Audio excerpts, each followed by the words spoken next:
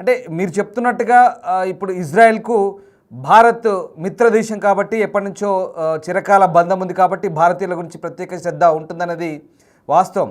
ఈ నేపథ్యంలో మరి ఇజ్రాయెల్ పర్టిక్యులర్‌గా మీరు అంటున్నట్టుగా ఇండియన్స్‌కు సంబంధించి మిగతా దేశాల సంగతి పక్కన పెడితే భారతీయులకు సంబంధించి ప్రత్యేక దృష్టి ఏమైనా పెడుతోందా మీ మీ అబ్జర్వేషన్ ప్రకారం?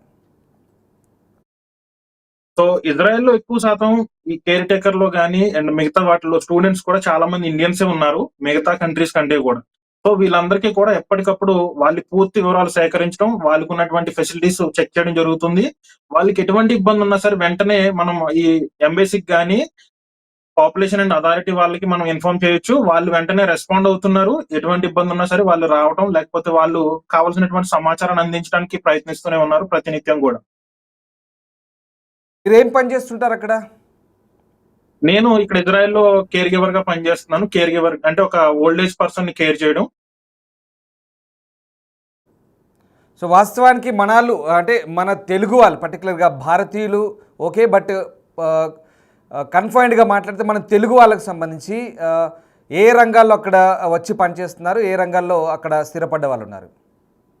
ఎక్కువ శాతంగా అయితే గనక ఇండియా నుంచి వచ్చిన వాళ్ళు ఇక్కడ కేర్ టేకర్ లేదంటే కేర్ గివర్ గానే వర్క్ చేస్తూ ఉంటారు. ఎందుకంటే ఎక్కువ ఆపర్చునిటీస్ మనకి ఇందులోనే దొరుకుతున్నాయి ఇండియన్స్‌కి అయితే గనక. సో మిగతా డిపార్ట్మెంట్స్ అంటే స్టూడెంట్స్ గావచ్చు, లేకపోతే టూరిస్టులు గావచ్చు, బిజినెస్ మాన్స్ కావచ్చు, వీళ్ళైతే తక్కువ శాతం ఉండొచ్చు కేర్ గివర్స్ కంటే గూడా.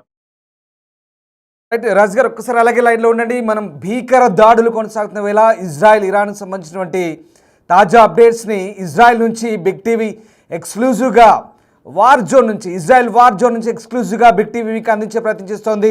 ముఖ్యంగా టెల్ అవీవ్ అలాగే జెరూసలేం లాంటి నగరాల్లో చాలామంది భారతీయులు ఉన్నారు. 10,000 మందికి పైగా భారతీయులు ఉన్నట్టుగా సమాచారం. చాలామంది తెలుగు వాళ్ళు కూడా ఉన్న నేపథ్యం. ఈ నేపథ్యంలోనే అక్కడున్నటువంటి తెలుగు వాళ్ళతో బిగ్ టీవీ ఎక్స్క్లూజివ్గా మాట్లాడించే ప్రయత్నం చేస్తుంది. The one and only Telugu media channel ఇప్పుడు వార్ జోన్ నుంచి మనం అక్కడున్నటువంటి తెలుగు వాళ్ళతో మాట్లాడే ప్రయత్నం చేస్తున్నాం. రైట్ మాట్లాడదాం. మనతో కనెక్ట్ అవుతున్నారు నానిగారు మీరు ఈస్ట్ గోదావరి నుంచి ఇజ్రాయెల్ వెళ్తున్నట్టుగా మీరు చెప్పారు, వెళ్ళినట్టుగా చెప్పారు. ఈ నేపథ్యంలో మరి అంటే అక్కడ ప్రధానంగా ఒక్కసారి నానిగారు నిజంగా అంటే యుద్ధం అంటేనే చాలా భయంతో కూడుకున్న వ్యవహారం ఇది. ఆ మిసైల్స్ బాంబులు ఆ డ్రోన్లు పడుతుంటే మీకు నిజంగా భయం వేస్తుందో ఆ క్షణం ఏమనిపిస్తోంది ఆ టైంలో? సో మేము ఇజ్రాయెల్‌కి వచ్చేటప్పుడు మాకు కేర్ టేకర్ గా ట్రైనింగ్ ఇచ్చే టైంలోనే వీటి విజువల్స్ అన్ని చూపించడం జరుగుతుంది. అండ్ ఇలాంటి వార్ సిచ్యువేషన్స్ లో మమ్మల్ని మేము ఎలా కాపాడుకోవాలనే విషయాలు కూడా నేర్పించడం జరుగుతుంది. సో ఇజ్రాయెల్ వచ్చిన తర్వాత ఫస్ట్ టైం నేను ఎక్స్పీరియన్స్ చేసింది అయితే కనుక October 7. So first war start అయినప్పుడు అయితే నేను అక్కడి నుంచి ఎక్స్పీరియన్స్ చేయడం మొదలు పెట్టాను. ఏదైతే గాజా అండ్ ఇజ్రాయెల్ వార్ మొదలైనప్పటి నుంచి. సో ఎన్నాళ్ళ ఫస్ట్ లో క్రితం కొంచెం వెళ్ళారు రాజు గారు అక్కడికి?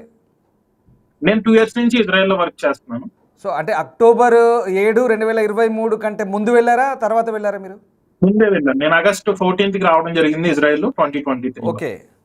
ఓకే. సో అక్టోబర్ 7, 2023లో స్టార్ట్ అయింది వాస్తవానికి గాజా హమాస్ వ్యవహారం నుంచి అక్కడి నుంచి స్టార్ట్ అయింది. సో అప్పుడు నేను బోర్డర్ లోనే ఉండేది. ఎస్కలోన్ నుంచి గాజా దగ్గరగా 2 కిలోమీటర్ల దూరం మాత్రమే. ఏవైతే గాజా వేసినటువంటి రాకెట్లు కూడా మేమున్న అపార్ట్మెంట్ పై నుంచే వెళ్తూ ఉండేవి. సో చాలా దగ్గరగా అదే ఫస్ట్ టైం నేను వార్ చూడడం కూడా అండ్ రాకెట్స్ చూడడం అంత దగ్గర నుంచి first time. Really appreciate you నానిగారు. నిజంగా అంటే ఇప్పటికి కూడా స్టిల్ మీరు ఇజ్రాయెల్లో వర్క్ చేస్తున్నారు. We appreciate you. ఎందుకంటే ఇన్ని రోజుల నుంచి సంవత్సరాల తరబడి యుద్ధం కొనసాగుతుంది, అయినా ఏమాత్రం బెదరకుండా మీరు అక్కడ పనిచేస్తున్నారంటే బికాజ్ ఇజ్రాయెల్ ట్రీట్ చేస్తున్న the way they treating foreigners కానీ ఈవెన్ పర్టికులర్ ఇండియన్స్ని ఇదంతా ఒక ఆ రకమైన ట్రీట్మెంటే మీరు అక్కడ ఉండడానికి ఈ ధైర్యంగా ఉండడానికి కారణం అని చెప్పొచ్చా? Yes, thank you sir. First అయితే ఇజ్రాయెల్లో మనకి ఫారెన్ వర్కర్స్ ఎవరైతే ఉన్నారో ఫారెన్ వర్కర్స్ కి చాలా మంచి ఫెసిలిటీస్ ఇవ్వడం జరుగుతుంది. గవర్నమెంట్ కూడా చాలా మంచి రూల్స్ పెట్టడం జరుగుతుంది.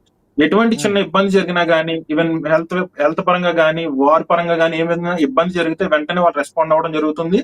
సో ఇజ్రాయెల్లో ఇండియన్స్ కి చాలా మంచి రైట్స్ కూడా ఉన్నాయి. సో ఏదైతే ఇజ్రాయెల్ వాళ్ళకి ఉంటాయో ఈవెన్ ఆల్మోస్ట్ వాళ్ళకి ఈక్వల్ గా ఉండేలాగా ఇండియన్స్ కూడా రైట్స్ ఇవ్వడం జరుగుతుంది ఇజ్రాయెల్ గవర్నమెంట్ అయితే కనుక. సో ప్రత్యేకమైన శ్రద్ధ ఉంటుంది ఫారెన్ వర్కర్స్ కి ఇజ్రాయెల్లో.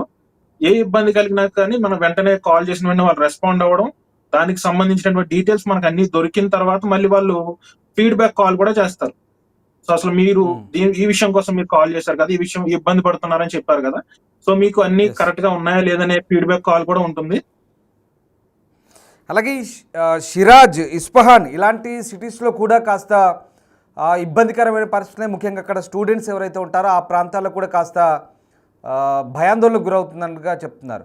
సో పర్టికులర్గా స్టూడెంట్స్ సంబంధించి ఎట్లాంటి రెస్క్యూ చేస్తున్నారు, ముఖ్యంగా ఇజ్రాయెల్ గవర్నమెంట్ ఏం చెప్తుంది?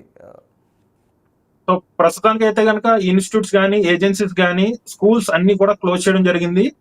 జూన్ 30వ తారీఖు వరకు కూడా ఇజ్రాయెల్‌లో రెడ్ అలర్ట్ పెట్టడం జరుగుతుంది. సో ఇప్పుడు ఎటువంటి ఇన్‌స్టిట్యూట్స్ గాని, కాలేజెస్ గాని, స్కూల్స్ గాని ఏవి కూడా ఓపెన్‌లో లేవు. సో అందరికి కూడా రిస్ట్రిక్షన్స్ ఇవ్వడం జరుగుతుంది. సో వార్ సిట్యుయేషన్‌లో ఉన్నాం కాబట్టి అందరూ కూడా మాకు సహకరించండి. సో ఎవరు కూడా బయటికి రావద్దు. సో మాక్సిమం ఏదైతే ఫ్రంట్ హోమ్ కమాండ్ యాప్ ఉందో, ఇజ్రాయెల్‌లో ఉన్నటువంటి ఈ యాప్‌ని అందరూ కూడా యూజ్ చేయండి. అది ఇచ్చినటువంటి ఇన్‌స్ట్రక్షన్స్‌ని కంపల్సరీగా ఫాలో అయ్యి, సో దానికి తగ్గట్టుగానే మీరు ఉండవలసిందిగా హెచ్చరించడం జరుగుతుంది ఇండియన్స్ అందరికీ కూడా.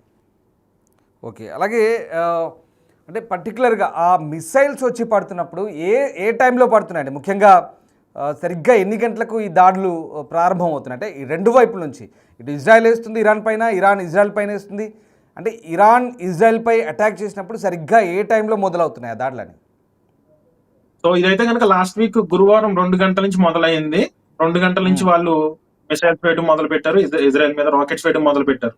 సో ప్రతిరోజు కూడా ఈవినింగ్ 8 నుంచి ఎర్లీ మార్నింగ్ 4:00 వరకు వాళ్ళు రాకెట్స్ వేయడం జరుగుతుంది. ఈ టైంలోనే మాకు ఎక్కువ సైరన్స్ రావడం, ఎక్కువ శాతం అలర్ట్ రావడం, ఈ టైంలోనే మేము ఎక్కువసేపు సేఫ్టీ రూమ్ లో ఉండడం జరుగుతుంది. సో సేఫ్టీ రూమ్ లేని వాళ్ళు కింద అండర్ గ్రౌండ్ కి వెళ్ళిపోవడం వంటిది చేస్తున్నాం.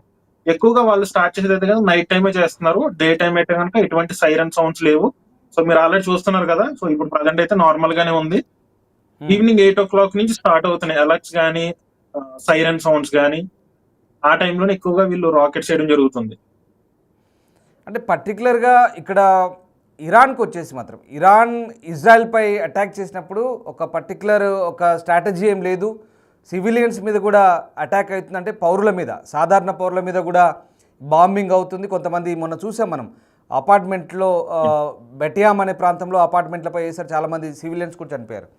అంటే ఇక్కడ ఎవరిని టార్గెట్ చేస్తున్నట్టు? జెరూసలంపై అటాక్ చేసినప్పుడు ముఖ్యంగా ఆ ఆర్మీ వాళ్ళకి సంబంధించినటువంటి క్వార్టర్స్పై అటాక్ చేస్తున్నారా, లేదా సివిలియన్స్పై అటాక్ చేస్తున్నారా? మీ అబ్జర్వేషన్ అంటే ఆ ప్రాంతంలో.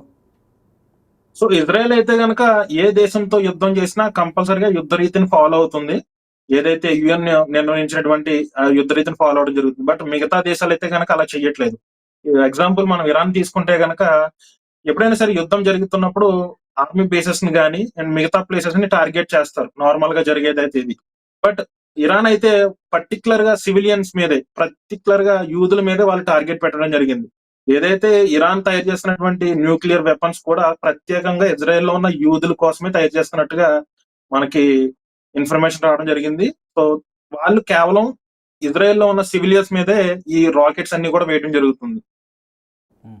ఒకవేళ మీకు సడన్గా ఏదైనా అర్జెంటుగా ఆపదొస్తే ఏ నంబర్ కాల్ చేయమని చెప్పారు? లైక్ ఇక్కడ మనలాగా డయల్ 100 లేదంటే ఇలాంటి కొన్ని నంబర్లు ఉంటాయి కదా, సో అక్కడ అట్లాంటివి ఏమైనా ఉన్నాయా హెల్ప్ లైన్స్? సో ఇజ్రాయెల్ అయితే గనక మనకు అంబులెన్స్ నెంబర్స్ అయితే గనక 101, పోలీస్ అయితే సేమ్ మన ఇండియాలో ఉన్నట్టే 100 సేమ్ నెంబర్స్ మనం కాంటాక్ట్ అవ్వచ్చు. సో ప్రతి ఒక్క ఇంట్లోని కూడా ఇజ్రాయెల్ లో ఉన్న వాళ్ళ ఇంట్లో ప్రతి ఒక్కరి దగ్గర కూడా ఒక ఎక్విప్మెంట్ ఉంటుంది. ఇది ఎమర్జెన్సీ సిస్టమ్ అన్నమాట. సో ఆ బటన్ ప్రెస్ చేస్తే ఆల్మోస్ట్ గా మన లొకేషన్, మనకున్న పరిస్థితులన్నీ కూడా వాళ్ళకి లొకేషన్స్ అన్ని కూడా షేర్ అయిపోవడం జరుగుతుంది. ఇమీడియట్ గా 10 to 15 మినిట్స్ లో మనకి రీచ్ అయిపోతారు. పోలీసులు గానీ అండ్ అంబులెన్స్ సర్వీసెస్ గానీ అన్ని కూడా మన దగ్గరకు ఈవెన్ మనం కాల్ చేసే అవసరం కూడా ఉండదు. సో నేను ఒకసారి మిషన్ కూడా నేను మీకు చూపిస్తాను. Yeah please.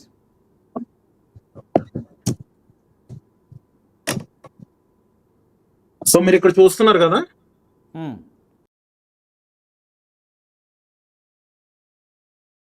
ఆ మిషన్ ఉందో అలాంటిది ప్రతి ఇంట్లో ఉంటుందా, ప్రతి అపార్ట్మెంట్లో ఉంటుందా అక్కడ? ఇంట్లోనే ఉంటుంది. సో అది ఆ బటన్ ప్రెస్ చేస్తే సరిపోతుంది. మనకి ఏదైనా ఎమర్జెన్సీ ఉంటే వెంటనే వాళ్ళు రెస్పాండ్ అయిపోవడం జరుగుతుంది. మనం కాల్ చేయవలసిన అవసరం కూడా ఉండదు. మన లొకేషన్ తో పాటు ప్రతిదీ కూడా సేవ్ అయి ఉంటుంది ప్రతి మిషన్ కి కూడా. అండ్ ఇప్పుడు మనం కొన్ని సోషల్ మీడియాలో కొన్ని రీల్స్, వీడియోలు చూస్తున్నాం, షార్ట్ వీడియోస్. చాలామంది సివిల్ డ్రెస్లో కూడా పెద్ద పెద్ద గన్స్ వేసుకొని తిరుగుతుంటారు. ఇది నిజమేనా అసలు?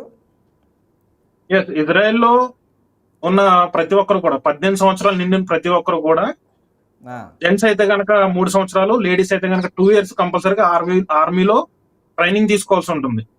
యా టు అందరూ బి కూడా ఫ్రాంక్ రాజు గారు, నేను చూశాను ఒక వీడియో, మంచి అందమైన అమ్మాయిలు చిన్న స్కర్ట్స్ వేసుకొని కూడా గన్స్, ఇంత పొడుగు గన్స్ వేసుకొని తిరుగుతుంటారు. ఇది నిజమేనా?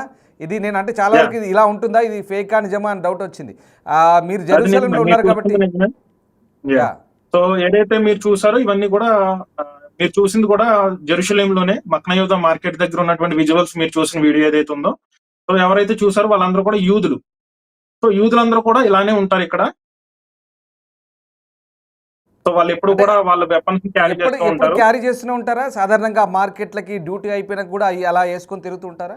ఎప్పుడు కూడా వాళ్ళు వెపన్స్ క్యారీ చేస్తూనే ఉంటారు. ఎప్పుడైతే వాళ్ళు డ్యూటీకి వెళ్ళినప్పుడే వెపన్స్ తీసుకెళ్లడం కాదు, ఎప్పుడు కూడా వాళ్ళు వెపన్స్ క్యారీ చేస్తూనే ఉంటారు. ఈవెన్ రెస్టారెంట్ కి వచ్చినా, కాఫీ ఉమ్, షాప్ కి వచ్చినా, మార్కెట్స్ కి వెళ్ళినా గానీ ప్రతి నిత్యం వాళ్ళు వెపన్స్ క్యారీ చేస్తూనే ఉంటారు.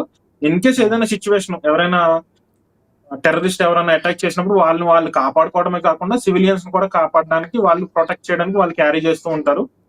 ఉమ్. కాకపోతే సో దానివల్ల పెద్ద భయం అనిపించదు చూడడానికి, అంటే దానివల్ల ఇబ్బంది భయం ఉండదు. ఏమనిపించదు. సో చాలా ఫ్రెండ్లీగా ఉంటారు, చాలా ఉమ్, ఫ్రెండ్లీగానే మాట్లాడతారు. ఇండియన్స్ అంటే కూడా చాలా ఇష్టం ఇజ్రాయెల్ వాళ్ళకి. ఓ ఫైన్. సో రైట్, ఈవెన్ అది మా ఇండియన్స్ యా అది పక్కా. ఎందుకంటే భారతదేశంతో కొన్ని వందల సంవత్సరాలుగా చారిత్రక వారసత్వ అనుబంధం ఇజ్రాయెల్కు ఉంది. ఇజ్రాయెల్ భారత్ ఒక నమ్మదగిన ఏకైక మిత్రుడు ఎవరైనా ఉన్నారంటే ఇజ్రాయెల్, అలాగే రష్యా.